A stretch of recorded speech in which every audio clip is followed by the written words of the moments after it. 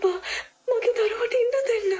ඒ වුණත් ලියුතුමාණනි පරම්පරා ගණනාවක් අපි යක්ෂයන්ට විරුද්ධව සටන් කරලා තියෙනවා. ඔයා හිතනවද ඒක යක්ෂයෙක් හින්දා අපි මිනිසුන් අනතුරේ දාන එක හොඳයි කියලා? මම හිතනවා ඔබතුමා අපේ ගමේ අය ගැන හිතලා නුවණැති තීරණයක් ගනී කියලා. එයා ඉන්නේ මේ පැත්තේ.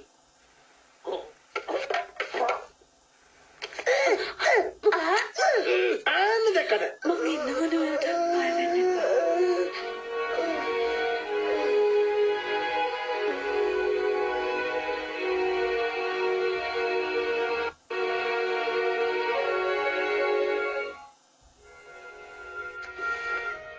සමාවෙන්න හැමෝටම මගේ පවුල අවාසනාවන්ත පවුල.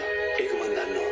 ඉතින් මගේ පුතා මේ අවාසනාවන්ත ඉරණමට අහුවෙච්ච කොතුරක් විතරයි. මගේ තුන් හිතකින්වත් අහිංසක දරුවෙක්ව ඝාතනය කරන්න බෑ. මේසගේ අධ්‍යාපන කටයුතු ගැන මම බලා ගන්නවා. ඒ වගේම මම පොරොන්දු වෙනවා එයාට ගමට අඩියක්වත් තියන්න දෙන්නේ නැහැ කියලා. ඔහුගෙන් යම් කරදරයක් හරි සිද්ධ වුණොත් ඔබලාගේ ඕනෑම දඩුවමකට මා යටත් වෙනවා.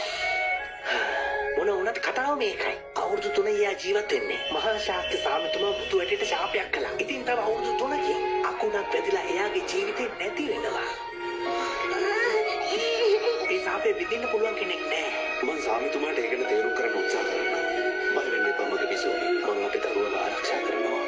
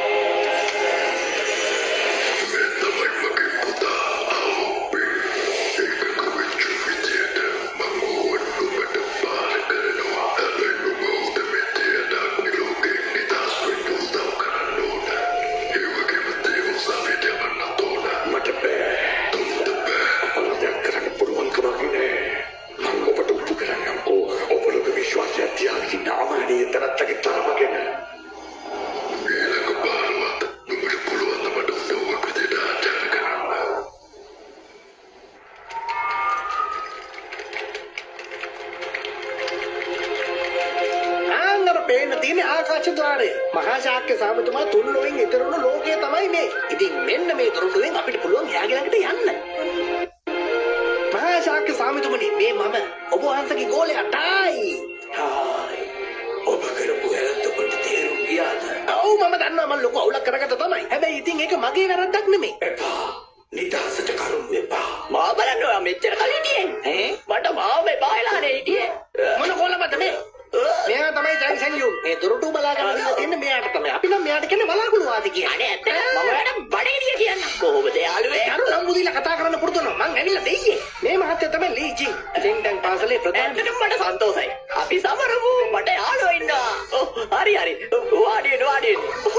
අපි එන්නත් ඒක අපුමු. හැමදාම මෙතන ගේට්ටු මුර කරන්න තමයි. ඉතින් මොනවද ඒ තොරතුරු? මම සෑහෙන කාලයක් බලල්ලෙන් අයින්. කරුණාකරලා අපිට මහා ශාක්‍ය සාමිතුමාව මුණ ගැස්සන්න. ඔහු එක්ක සාකච්ඡාවක්. අනේ මට සමාවෙන්න. අවාසනාවකට අපේ මාස්ටරු එයාගේ දේව යාළුවෝ ටිකකුයි එළියට ගියානේ. මං හිතන්නේ දේව කටයුත්තක් වෙන්න ඕනේ. ඇයි ඕනේ යවම් වෙන්න ඕනේ. කියන්න. පවුල වෙන් කළ සාපයකට ලක් වුණ කෙනෙක් ඉන්නවා. මට ඕනේ ඉවත් කරගන්න. බොරු නේද කියන්නේ? එහෙනම් මාස්ටර් අම්මලා වෙනක් නෑ. එයා ශාප පිටින්න දන්නේ නෑනේ.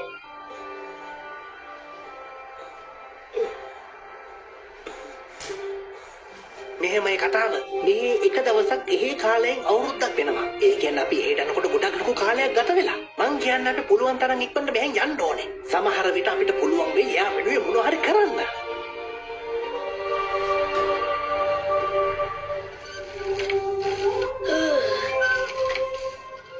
මේ මෝඩ බිත්ති මගේ ආත්මය විනාශ කරනවා.